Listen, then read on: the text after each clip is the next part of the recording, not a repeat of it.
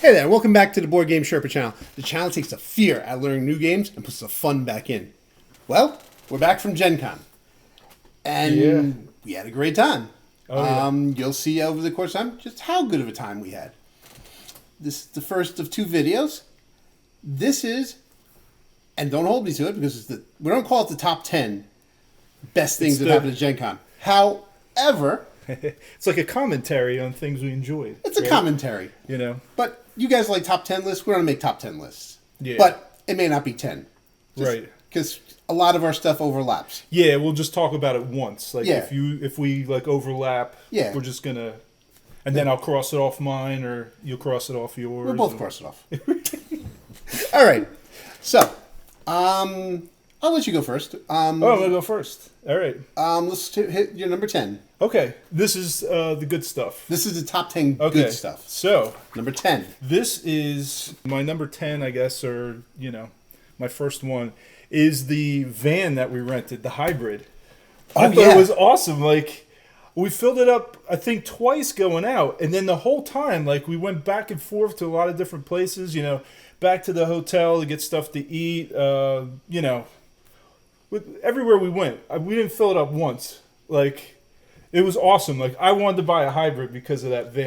It was awesome. The hybrid was really cool. Yeah, it had a lot of room in it. And it was...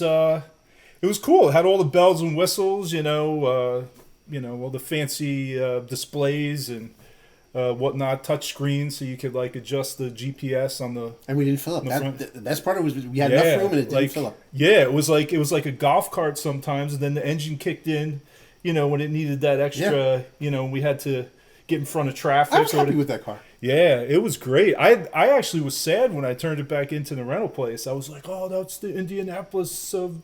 That's the GenCon van, so. Yeah. It handled things very nicely. Yeah. And we fit all of our stuff that we brought back in the back of it. And it was comfortable. I think everybody was comfortable.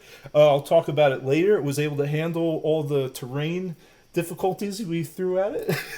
But that's something that's later on my. And we gotta be careful because we don't want to get the rental company to watch this. Oh, okay. Yeah, well, we almost rolled it. I think that's a little bit drastic. I think we were a little bit safer. All right, I'm just saying. Yeah, so you'll see the picture. That's it for mine. All right, my number 10 is going to build off that, and it's the van was great. Yeah. The ride up was my number 10. Oh yeah. The ride up is just the ride back too, or the ride up and down. Yeah, the ride up is definitely more exciting because like you're talking about what you want. Yeah. And the ride back is like what we did. Right. Yeah. So, but the ride up and down was exactly what I wanted in a ride. Like I said, one of the reasons I love the ride is because I just love the book On the Road by Jack Kerouac. And I always wanted to drive across country, and this is a 12-hour drive from Jersey to Indianapolis. Right. And it was 4 people in there who got along really well. Yeah. And it was fun. It was just a fun ride. And I especially enjoy. I like stopping and not like bringing the food back into the car and have to eat on the run. Right. I like kind of like either sitting outside or sitting at the dining areas that they have, like kind of just taking in. Big shout out to Sheets. Oh yeah, Sheets was that was like our official rest stop this time. It was awesome, and it was like kind of like Wawa. It was like made to order, and that's their catchphrase, MTO. MTO. But there was also some other places other than Sheets. We went to I can't remember the names, but they were like Amish Mennonite places. Oh, with like it was in the middle of Ohio, middle of Pennsylvania, and it's like, and they're coming in with the straw hats, and I was like, wow. It was kind of cool. That's right. Yep. Yeah, that was awesome. And then we saw all of our billboards and, the billboards. And then like, remember there was some new stuff. It was a nice ride. I mean, we made good time, and you get there kind of at dusk. Mm-hmm. It was great. Yeah, all right, totally. That's our number 10. Okay. All right, so number 9? Number 9. I have to give a shout out to Thunderworks Games. I stopped at their booth. I picked up Metro Runner, and I wound up getting Stone Spire Architects. And I think, from what I heard, that this year's GenCon was awesome. Because somebody was telling me that the Thursday traffic was almost like a Saturday traffic. It was. And they were always swamped. Like, I couldn't even really talk to anybody there. I said hello, but they were just, like, going constantly. So that was cool to see, that they were getting a lot of foot traffic. I agree with the Thunderworks. It's not on my list, but the reason I didn't buy anything from them. Why? Because I have everything. I still don't actually. They're all over the place. Yeah, no, I kind of like, and there's a new Kickstarter coming out that he just sent an email. Oh, I saw that. That was awesome. That I wonder like what universe that's going to be in. It's City something, right? Is it? I have no idea. It looks really cool. Yeah. Yeah. Again, I will buy Thunderworks stuff sight unseen usually. Yeah, if it's like part of like Role Player, that'd be cool too. But anything would be nice. I'm really digging the Metro Runner universe. I don't think it's the same thing, but I played. I remember we were waiting. I think you had gone off. We were at Lucas Oil and we played. I opened up Stone Spire and we played it there, and it was great. That was my first time playing it, and it really it was really quick to get to the table. Like the first time playing it, reading the rules, like how to set it up. It was just like we got the flow of it and it went awesome. That is a great game. It fell right into place. All the rules. It just works. It's basically Dungeon Dragons. It's like I don't like playing Dungeon Dragons all that much, but this is cool because you build a dungeon that the Dungeon Dragons player go into. Yeah, it's like Dungeons and Dragons meets like those shows on Home and Gardens, like where it's like let's renovate this or buy a house, and build it or what.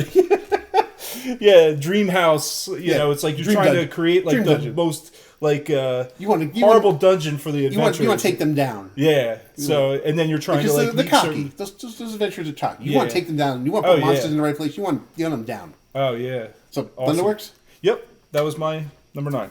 My 9, I'm gonna switch it around a little just because to fill the ambiance of this. Yeah. SpinMaster.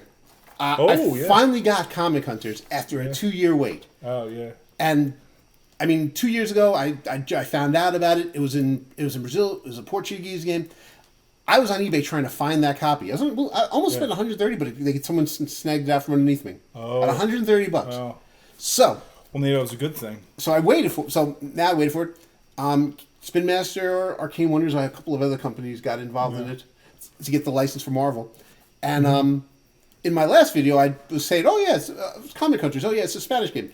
And the designer Robert Coelho told me, he goes, "It's Portuguese, right?" but it was great because it started a conversation between us. And I interviewed him on the channel, so you can go look at that. Yeah. But he was going to GenCon too. Yeah. And it was his first time in the U.S., first time at GenCon. I was like, hey, I have a video for newbies at GenCon. He goes, I've seen it already. Yeah. You win my heart really quickly when you say stuff like that to me. So we became instant friends. We had a 4-hour conversation. Only an hour showed up on camera, and then we met him at That was awesome. We went to lunch with him. That was a lot of fun. He taught me he showed me how to play Comic Hunters. Yeah, and then we played it. That was a motel game. That was a motel game. Or hotel. Is it a motel or a hotel? Microtel. It's an hotel. Well, we love it. We can't say. We know tell. However, anyway, so Comic Hunters was a big thing for me because that's the game I wanted so much up there. Yeah, and it was cool how, like, the cards drive the whole game. Like, you do have the board that kind of keeps the score and whatnot, but the cards just kind of, like, you just do stuff with the cards, and they kind of just, all the mechanics are on the cards. Yeah, they're different. It's that cool, the whole snaking through that was such a cool mechanic. And it was cool because it kind of mimicked what you do. Like, first you go to the store and buy, and then you just kind of draft cards, then you go to the convention. And you get the older stuff. Yeah. And that's when you find the you buy the new stuff and you use that to leverage for like the number ones, like the real rare issues. And it all felt thematic. Thematic, it was cool. Thematic, perfect. And, and there's hardly any components to it. It's like a $24 game, right? Right, but you can also go on Etsy and pick up some upgrades on it, which I did, right. And it makes the game. It makes a $25 game into a $50 game. That's kind of what I'm joking, but to get the components, it makes games so much better. It's a great game. The upgrade components on Etsy. Yeah, I think it's called Game Foundry or Foundry Games or something like that. Awesome. They sell it online on Etsy. But cool. Yeah, Etsy really kind of. There's a lot of people that do stuff on there. It's pretty awesome. I upgraded my quacks. I upgraded my heat. Awesome. So anyway, Comic Hunters, SpinMaster, Robert Coelho, my number 9. Yeah. All right. Cool. All right. So we got number 8 now. Okay. Well, this kind of blends in with having lunch with Robert, because there was another cool moment. When we were going to lunch, I never go. And we came across this store, and Robert wanted to go into this store. Well, turns out the store has 50% off games during GenCon, and they had Post-Human Saga, which was a game that like I've been interested in. It was a Kickstarter, and it was half off. It was like $100 game, so it was like $50. So I picked it up, and like I got a whole thing ready to go. Yeah, I'm doing a campaign thing with it, and I want to get the game Post-Human that came out before it, because it's like, you know, you're venturing, trying to find this fortress where it's like a safe haven, and then in the game that I got when we were with Robert, it's the one where you're at the safe haven, you go out on jobs. So like I figured like it's competitive, but I want to use points to see who wins, like going through the different, you know, expansions and stuff. So that was awesome. I had no clue that was a thing during Gen Con, and then we went there. And, you know, because of Robert, I think he was like, hey, that place is right up here. So that was awesome. Like, it was the coolest experience. I agree. That was really... his face, when we hit that store, and that game showed up, he's like, I wanted this game so long. Yeah, it's like, what are all these green dots on all these games? Oh, they're half off. I'm like, what? And it had an expansion attached to it. Oh, yeah. It had the deluxe components stuck to it, and then it had another... like bonus expansion scotch tape to the back of it. And then I bring it up to the counter, and the guy like fixed the scotch tape because it was kind of like hanging off. He's like, let me fix this first. I'm like, I'm getting half off and you're doing all this for me? Like, this is fantastic. It was great. So it's a sight to behold when he finds a game at a good price. Oh, and there was green dots all over great games. It was awesome. Yeah, so, the games I wanted didn't have the green dots on them. Oh. But I got plenty of good games at Gen Con. Oh, it was great. Yeah, that's my... All right, number 8. Yeah. This may lead into your next one. Okay. Okay, speaking of the lunch with Robert, which was awesome. Yeah. We went to the Slippery Noodle Inn. Oh, yeah. And that's for lunch with Robert. That was the second day we went. Going to the Slippery Noodle Inn the night before. It was a Friday night. Yeah. Food's great. Awesome. We just had a tournament. Live music. We were all dressed in referee shirts. This is a sports bar. When we walked in, the record and scratched it. Everyone just looked at us as we walked in, not knowing why we had referee shirts on. Yeah. We ate, had a great time. No Facebook Eric. Now, here's something you don't know about No Facebook Eric. No Facebook Eric. Be quiet, Mrs. Sherpa. No Facebook Eric is a ghost hunter, not a BS one. He'll debunk it if it's true. If it's not, but he's a ghost hunter. He loves this stuff, and the Slippery Noodle is a very historic bar. In 1850, it was a bar. Over the years, it was a stop on the Underground Railroad. Awesome. It was a stable, and it was a brothel. Wow. And back in the wasn't the Slippery Noodle? John Dillon. It's Indiana, so it was John Dillon and his mob was there, and they were shooting at. They would take target practice at the wall. You see the bullet holes in the wall. Oh, yeah, that's wild. Yeah. But at the brothel, if you get the right waitress, Isabel, she's awesome. Thank you so much. You made No Facebook Eric turn into the happiest person awesome. I've ever seen. Yeah. Anyhow, but she took us on a tour on a Friday night, which was wild that she had the time. Yeah. But she took us on a tour, which took me and Eric, No Facebook Eric on a tour. I watched the gear. And he as a ghost hunter, he's got all his gear. He's got these electromagnetic doohickeys and voice recording doohickeys. Yeah. And I held on to it. I was the one who was holding on. He was filming. This will come out on his channel one day, but it'll be cool. And we're walking through it, and we're downstairs. Were you Peter Venkman, and he was there? Yeah, because I'm not really a believer. Yeah. But I love the history of this place. Yeah. And there was a point down there. They were saying that there was an old black guy from in overalls there, and they said there was they found like places that could have been bodies, and that they see this old black guy in overalls there, and he and when in this area where the freaking EMP thing, I don't know what, I might be wrong in the name. It's a doohickey to me. The lights started going on it. That's wild. And I was like, Eric, the lights are going. The waitress, I saw the video from this. The waitress eyes went. Yeah, she was like, mentioned it. It was so great. She completely because it was at a place, but in the hotel, in I guess the 1800s, It was a brothel, and someone fell in love with one of the prostitutes, and got jealous, and he went in, found her. She was with someone else, stabbed her to death. Oh my God! Takes the knife, the bloody knife, goes downstairs to the bar, sticks it in the bar, which they showed us the bar in the table with the bar hole. Wow! And says, "Oh, get me a drink. I'm waiting for the cops. There's a dead body upstairs." Yeah. So a lot of ghostly things are happening there. So man, it was cool. I mean, I'm not really a believer, but I love history like that. Yeah. So that was awesome that she took you on that tour. That was great. And the food was good. The food was good. Yeah. And live music. There's two stages. It was a Blues Brothers band. There's a band in the back, or a bar in the back, bar in the front, right. Band in the back, band in the front. There's not Blues Brothers. It's a Blues Brothers museum. There's like multiple rooms there just full of Blues Brothers memorabilia. It's great bar. If you ever get to Minneapolis, check it out. Yeah. And, if you get Isabella, tip her greatly. She's awesome. Yeah, that was great. Yeah, I don't know what my number is. I've lost track. This is the next one for me.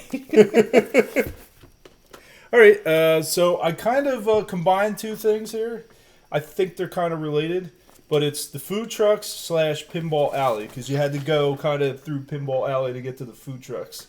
So I'll start with Pinball Alley. We played Jaws, and it had 8 credits loaded up into it, and it was an awesome pinball machine.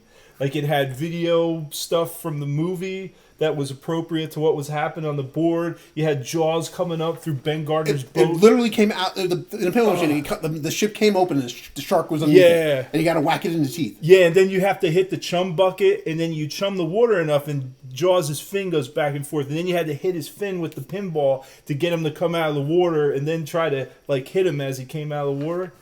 Awesome. So that was great. We all played it, I think. And the best part about it, all the machines you had to pay something for it. The Jaws machine was free. Yeah, I don't know if that just happened because somebody left some credits. We kept playing. Yeah, and it kept saying 8 credits, so it never deducted. All the machines said it, but none of them would work. Yeah, the Jaws wouldn't work. Yeah. It was meant to be. Like, it's almost like a board game. It's dexterity, and that awesome. that particular game was awesome. With that, the ship came up in the And to be honest, as soon as I saw that and played that, I was just like, I didn't care about any of the other machines because I had known that was coming out, and it looked fantastic. Oh, you knew about it? Okay. Yeah, I knew about it coming out, and then when they had it, and then it had 8 credits, so we played that, but the food trucks were great, and this is the first time that I saw them in the new spot outside of Lucas Oil at the Block, it's called. Mm-hmm. But it was cool because they had a lot of places, so I think there was even more choices, which kind of alleviated a lot of the lines. And I kind of I figured, well, let me go across the street because everybody was just coming out the door to where, exited the convention center, and they're just kind of going in there. And I went across the street, and those lines were even less busy because I guess people just weren't thinking of going across the street. And I went up, ordered my thing. I got a quesadilla at this one truck, and as soon as I got done paying for it, was sitting there waiting. And I grabbed it. It was awesome. Of course, there's. You kind of have to find a ledge to sit on. There's not really I told you about this. Right next to the food trucks was Lucas Oil. You go in there. There's all that stadium seating, pure air conditioning, things closed. Well, that was that whole thing where I was just so hungry I didn't want to then walk all that distance. I just wanted to walk 2 feet, sit on the ground. It was too long. Because I did the same thing I said I was going to do. I was going to be gaming, and then I go, oh my God, I'm starving. So I did not want to wait. So I sat out in the heat, and I scarfed my quesadilla there. So you basically went against your own rules? Well, I said I was going to do it. I didn't eat at the convention center this year, so I kept to that rule. Okay. Well, so the Sherpa broke his own rule. He ate at the convention center. Yeah, you can't do it. They had a turkey sandwich. That's all I really had. If I didn't have that, I would eat nothing. I took all the crap off. And there was a lot of good choices outside at the trucks, more than also before. Rich, and I can't eat them. Oh, well. I bet you could find something. I could find something, but it was easy to find. We had tuna 4 ways bowl out of a food truck. I was tuna 4 ways, and it was sushi grade tuna. What the hell is tuna 4 ways? It was just diced up tuna in different spots of the bowl, over basmati rice or jasmine rice, and then one was spicy, one was al dente, one was I don't know what the other two were. They just all four of them kind of tasted a little different. You know, had a different little, and they had like some seaweed on top. It was really an awesome dish. They come out of a food truck. It does sound like what I couldn't eat. Yeah, but it's yeah. That's my next one. I think that was 7 because I mean my last. I'm off. I'm totally off my numbers now. I've crossed off. We'll call that one 7. All right. Well, that's cool. You know, I will say I'm done with numbers now because I'm so like we just gotta cross. I don't know where I'm at. Yeah, we'll figure it out. Okay, you know, whatever. Okay, I'm gonna go. My number 7 kind of feeds off that one. Okay. All the food in the GenCon Center was crowded. We found a restaurant about 2 miles away from our hotel, the Notel. Tropical Cafe Smoothie. Oh yeah. And it's a place I eat all the time here. Yeah. But they had it there, and I didn't expect it to be there. Yeah. And it was just good food that I can eat. Yeah. Relatively priced, not crowded. Yep. We can sit there and eat in peace. You know. Yeah. And with the heat, you know, the smoothie was nice. It was nice. Cool you off. They got really great sandwiches. So yeah. Shout out to Tropical Cafe Smoothie. Unless it's Tropical Smoothie Cafe, I was getting confused. Yeah. But it was big inside. It was a little bit bigger. I think the one you have up here. Yeah, this one's small. Yeah. But it was good. So yeah, it's awesome. All right, so that was my number 7. The next one I have on my list was visiting the Indianapolis 500 track. Yeah, so I don't know if it's I might as well just talk about the whole thing. Well, so I'm going to start from the beginning on this one. I would be okay. My whatever number this was, we don't be merging a few numbers. Yeah. My first thing was hotel gaming. Oh yeah. And during that hotel gaming, we did a tournament for the Indy 500. We have the game Heat. Yeah. We found a fan-made racetrack. Yeah, because James had talked about going into some event that was being held, but it was like impossible to get into. It's like we'll do our own. You know? And we printed it out on paper. It was yeah. It sounds cheesy, but it was a great map. Yeah. I'll throw a picture up. But it was like we had this map. We were racing the Indianapolis 500, the map with our cars with the 4 of us. We had a trophy and a plaque for win. So the stakes were high in this one. Oh yeah. And we were playing. You know, it was a fun night. It was a lot of trash talking. It was great. Yeah, and like we were talking about, like it's only like an oval track, but the way it was set up with how you'd had to take the speed into the turns. Yeah. Like I got on a bad run and I just started like, you know, my car just built up a lot of heat and things just went horrible for me. Like it was it was 3 laps and it was like almost into the 3rd lap. I just couldn't recover. This is a tortoise and a hare thing for me. Yeah. I was trying. I won. Yeah, and it was great. You know, it's like I was like, let's not go too strong. Just get through those turns. Let's not crash. Let's not build up too much heat. But you really stretched it out. And it really worked for me. Ahead. And it was important because I never won heat. I played the AI all the time, and I never won. Yeah, it's very hard. Right? And I was like, I'm like 6 out of 6 cars. I'm usually the 6th. Yeah. Unless Jackie plays, and I'm 5th. But that'd be Mrs. Sherpa, right? But anyway, so I won. I won the trophy. Should we get the trophy right above you? Oh yeah. The trophy. This is the Borg Warner trophy miniature. It's a 3D printed version, and it's going to get better over years. And I've already got my eyes on building a better one and putting our faces on it. Right? Yeah, putting our faces on it because I'm going to be the first face on it. Yeah, that would be cool. I won this trophy in the Notel at the during hotel gaming. I was like real happy. It's tradition now. We're having this tournament every year. I think. Yeah. Yeah, it has. You know.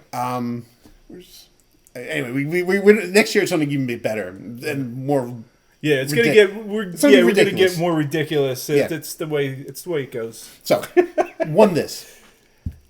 The next day, this was Saturday night, right? Yeah. Sunday morning, that's when we visited the Indy 500 track, and the tour they were on the track race, so they gave us a tour around the whole thing, and I've taken this tour last year with No Facebook Eric, and they go around the tour, but they didn't take you to the winner's circle, they didn't take you to Pagoda.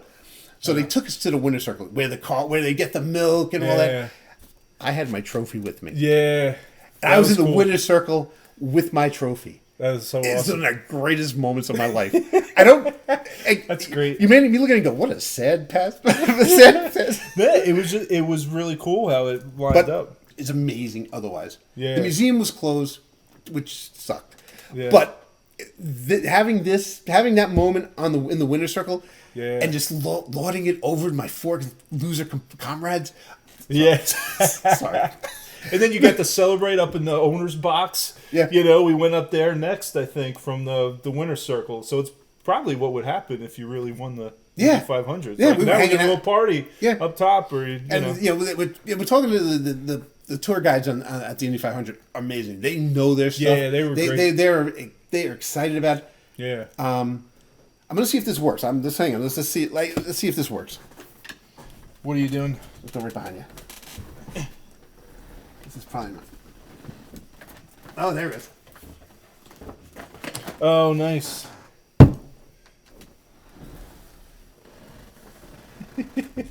I got milk from the Indy 500. The official Indy 500 two-time winning driver Joseph Newgarden edition. Yeah. So this has to get worked into the celebration ceremony. Lactose intolerant, but this milk is getting drink if I want to. If I'm a two-time winner for this again, this is getting drunk. Oh, and I think they have milk at the Microtel, don't they? Always in the fridge. Oh yeah, I'll throw the pitcher. I'll throw my winning pitcher up. Yeah, you kind of did the milk dunk right on you. That was cool. It was fun, and we didn't mess up the no-tell. Right, but it was all virtual. But it gets better next year when we go back and the museum's open, and Miss Sherpa's coming with us. Yeah. Do you want me to go on to my next one? I think we covered. Yes. Okay. Well, my next one is the Flying Frog Productions Mega Game. It's the first time I was there Sunday to do the Mega Game that they always do, Shadows of Brimstone, and it was great. And you played. This is a monumental thing. It was the first time after you did your whole thing last year. The trilogy of Shadows of Brimstone. Yes. Go watch it if you're interested. Yeah, he got in on it. And it was this cool thing because Jason ran it, and he was almost doing it on the fly. Like, he was kind of making everything up, and he ran it almost like a role-playing session. He did a really good job with it. He was seeing who was getting hit a lot and, like, putting out monsters accordingly. And then we all had to, like, get off the blasted wastes and, like, build our rockets. And we're all trying to get parts for it and stuff. And we were in, like, 4 different teams.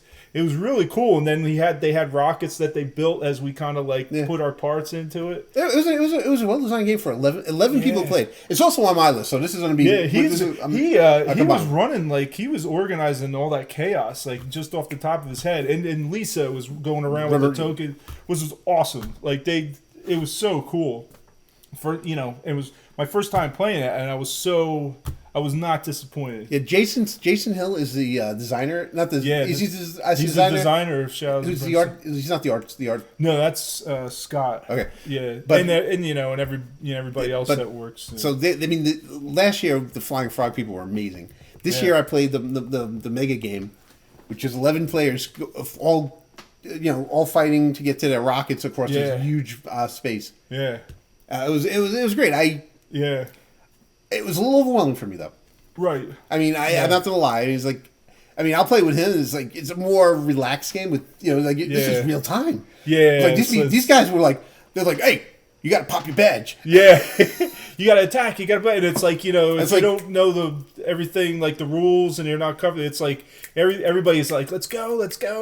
If he wasn't with me, those guys would have strung me up. We did good. We worked together, and we came in second. And it was awesome because there was a rule thing that came up, and I was like, "Let me ask Jason. The designer of the game is right here." Awesome! It was great. Yeah. And then everybody took pictures, and we got a couple posters or whatnot, and coupons. If you go to my Facebook page.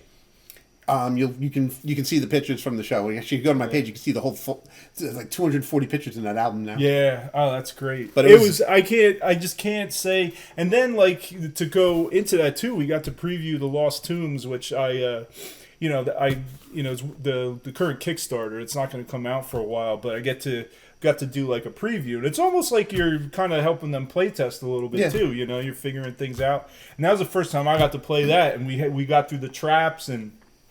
The room we were in filled up with snakes, and then we had to avoid the snakes as we tried to solve this puzzle where sand was filling the room, and we all had our things we were trying to do. It was great. man, I can't say enough good stuff about it because I had a blast. You know, everything. He loves Shadows of Brimstone. He loves Flying Frogs. I love Flying Frogs.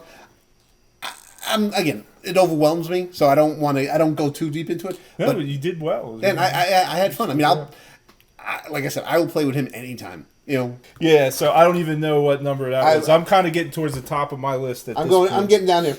Yeah. All right. So that was mine too. So. Okay. So you want me to kind of? I know what I have is going to be on yours too. So I don't know how many more you have. I've one. I have one left. Actually, I have 4. Okay, you should probably. All right. This one's going to be on your list too. Okay. Number 4, Lucha Wars Tournament. Thanks to Backspindle Games. Oh yeah. In one of our last videos, our top 10 games, we challenged Backspindle Games to run a tournament at GenCon. Yeah. They couldn't make it because they're in Northern Ireland, but they gave us permission to run it and gave us games, and we ran a tournament at GenCon, an official tournament, right? At Lucas Oil, and we had some great contestants. Yeah, it was awesome. And then you made the referee shirts. We had referee shirts. And it was cool because a lot of the players that showed up, they're like the tables didn't really have numbers on them, so they're trying to find the table where the tournament was. And they said, we saw you guys with the referee shirts, and we knew exactly where to go. So it was really cool. Yeah. And if you go to GenCon in the Lucas Oil, where there's a lot of tournaments we played, if you have a referee shirt, you get instant respect. Almost like the bar from earlier. They were like, "Ooh, are you coming to referee our game? Yeah. Here's $20. Let me win." It's like, that was cool. But it was such a great thing. People, everyone had a great time. Yeah. I had a great time. And everybody got into it. It was fun. You know? Like everybody was yelling. Because we had like a couple times where, because everybody was pinnable right from the start. So there was like 1, 2, and then they would kick out of the pin, and then somebody else would try to pin, and then you could do those combo attacks like. Where like you can have a reversal, and then they start hitting the other player, and we were counting those. We're like yelling it 1, 2, and then that one guy was it Eric? Who was Willy Wonka? He got up I think to like 6 or 8 punches, and then he rolled a blank, so it reversed to the other guy, and it just kept going back and forth. It was awesome. Yeah, it's a very push your luck thing, and he pushed his luck, and he got greedy though. Yeah, and then we had a ladder match for the final match, and then it was great. Yeah, we had 3 rings set up, so like we could have multiple things going on. And, I loved the game before. As like that, games like that just make me love it even more. Exactly. I think we're gonna run it again next year. I think. Oh yeah, I'd love to. But it was a great thing, and thanks to the players, they really got into it. Yeah, they made it awesome. You know. And we got a lot of pictures there, also on the Facebook page. Yeah, with 3. I mean, we're completely shot with numbers now, so sorry. Yeah, but games, got lots and lots of games. We played lots and lots of games. Oh yeah. We stopped by. I can't remember the name. Not Direwolf. No, who? Oh, Grey Ridge Games, that put out Weirdwood Mansion. Oh yeah. And it was like we met the designer, nicest guy ever. It was like this game was gorgeous. We were able to get the Kickstarter for Steel. The deluxe version. For Steel. And it was a great price. And it was just like we just were in the right place at the right time. Right. So it's like that. We just finished playing that a few minutes ago. Oh, yeah. And we lost. It was great. We lost. But it's such a great game. It's like I want to go back and play it again and beat it. But we were so close, So, the games, what else games did I get? They're all downstairs. Comic Hunters. Yeah, I went in on G.I. Joe Mission Critical, right? Which I'm painting right now, so I'm really excited about that. Yeah, I went in the Bazier games. The Sears catalog. I pre-ordered. Then I got the Rebel Princesses game. Yeah. So I got games there. What else? Yeah. Oh God, I've got so many games. Eric bought some games. Yeah, I went in and got a lot of Shadows of Brimstone stuff. I bought Shadows of Brimstone thing. My first, last year I bought stuff for him. This year I bought it for me. Yeah, that's awesome. So it was a good year for games. Yeah, they had a lot of new stuff, which was really cool, and and then they gave us, those coupons. Yeah, and it was like they expired at the end of the show. It's like I guess I'm going back. The game ended at started at 1, so it ended maybe around 4. The con was closing it like very shortly after, so you had to spend that money right there. Yeah, I think we had like less than an hour left. He already bought like a bunch of stuff. Yeah, Yeah, I'm assembling it right now. I'm putting everything together, priming it. But just games and overall games. Gen Con is about games. Yeah. Playing games. Nice. We joined the games library this year. Right. And it was like, we didn't use it nearly as much as we should have. I got kicked out of the games library. But you snuck in once or twice. I knew I was going to get kicked out. But it was, I didn't use it much. I just kind of like walked like 3 steps in and they were right on me. You know, they're like, you can't be in here if you don't have a ticket. It was good. I mean, maybe next year I'll get a session's worth. Yeah. But last year when we tried to buy it, it was sold out. So that's why I got the weekend pass. But we only went like maybe 2.5 days. Yeah. Usually when I I kind of have games on my radar and I'm like going to get them, and those are the ones I want to play. You know. But the games library. Well, I'll tell you, the games library had great seats. They had Tom Vesicles and the church chairs. Right. Well, didn't they have that where we did Luchador too? Yes, it was the same chairs. Yeah, those are comfortable. The Lucas Oil chairs were just very comfortable. Yeah. So, all right. So games is in that one. Mm-hmm. Number 2. All right. Here's my my sappy one. Oh. I'm gonna read verbatim. Okay. Being around friendly people who are genuinely trying to make things fun for the people they meet. Sure, there was some rude and whiny people sprinkled throughout, but you just tune them out. I like to give shout-outs to Flying Frog, SpinMasters, the Dice Tower, fans of GenCon Facebook group and stuff, which has a bunch of cool stuff that I learned about that I wouldn't have known about going into GenCon if it wasn't for the fans of Facebook. Awesome. Fans of GenCon Facebook group. Go check it out. It's a great. The admin's an awesome guy. The tour guys at the Indy 500 Museum. Oh yeah. Isabel from the Slippery Noodle. Everyone just was. So you're just giving shout outs, like it's a shout out. Yeah, because so many people made this Gen Con so great for us. No, that's cool. And it's just cool. It's definitely like we've had good years. Like we've had a lot of good years. I don't think we had bad years. This was the best for me, I think. Yeah, experience wise. Yeah. Might not have been like the game, like the big titles that the other years had, but it's like it makes you realize it's not really about that. It's like it's good. It's people who just people are just passionate about stuff, and they're loving their passion. Yeah, it's great. And if you're around this, like him, I wouldn't have gotten into games if he wasn't so passionate about it, right? But you go around these people, and these people are passionate. I mean, yes, this stick in the muds. They just ignore them, right? But for the most part, everybody's just like so into it. It just refreshes.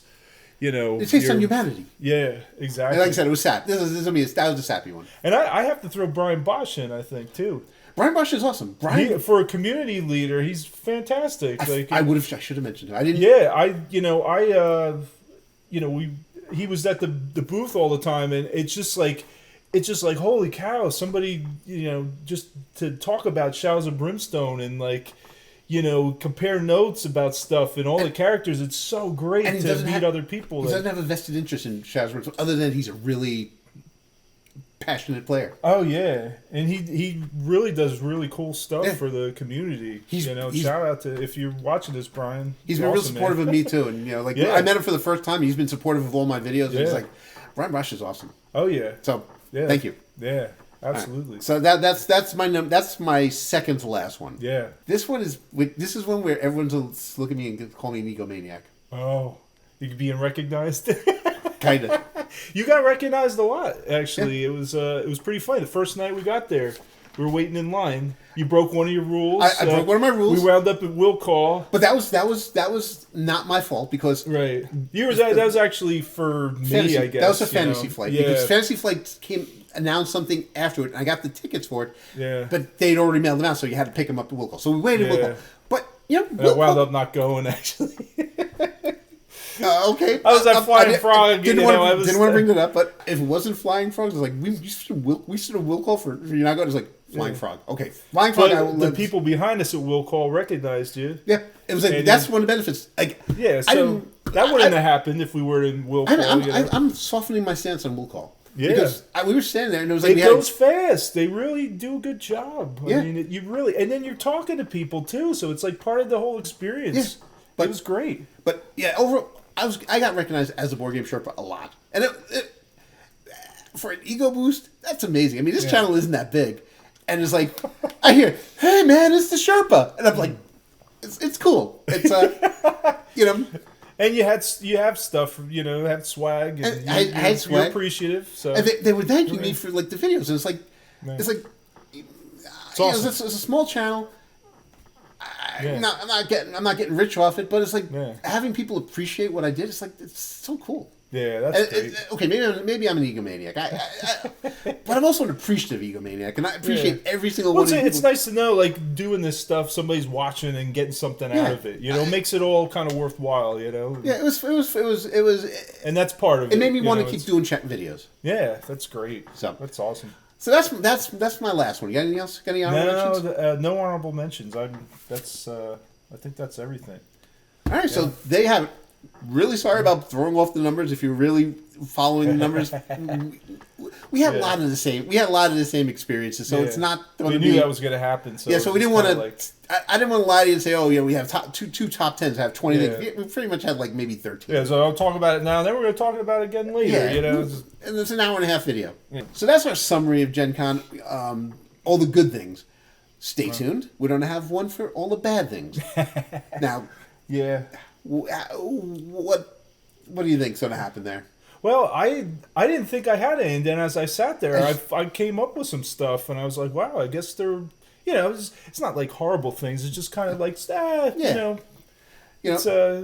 these things could have been better, I guess, Yeah, but like I said, best Gen Con ever. Yeah. More better good things than bad. So if we'll watch it and you'll see. Yes. So anyhow. Thanks, Johnny Rocks, for another appearance. I didn't actually introduce you this time. I'm sorry. Oh, that's you all know the original Board Game Sherpa. This is Johnny Rocks. It's funny when I no Facebook Eric isn't on camera much. Yeah. But some of the people recognize, and I said, "Oh, this is Eric." It's like, "Oh, hi, nice to meet you." It's like, "No Facebook Eric." Oh, no Facebook Eric. Yeah, that's funny. So, the one thing, one last thing, when Flying Frog, someone going up to you and said they started playing Shadows of Brimstone because of our videos. That was cool. That was awesome. That was really awesome. I told Scott that. And he was buying stuff, and that was great. I told Scott that, and one of the heads of Flying Frog, and he was like, "Wow, you're moving the needle." How do you not enjoy that? It's great. Right. Yeah. So that was our top. That was our top whatever best of Gen Con. Stay tuned for our top 10 worst, and we'll see you next episode.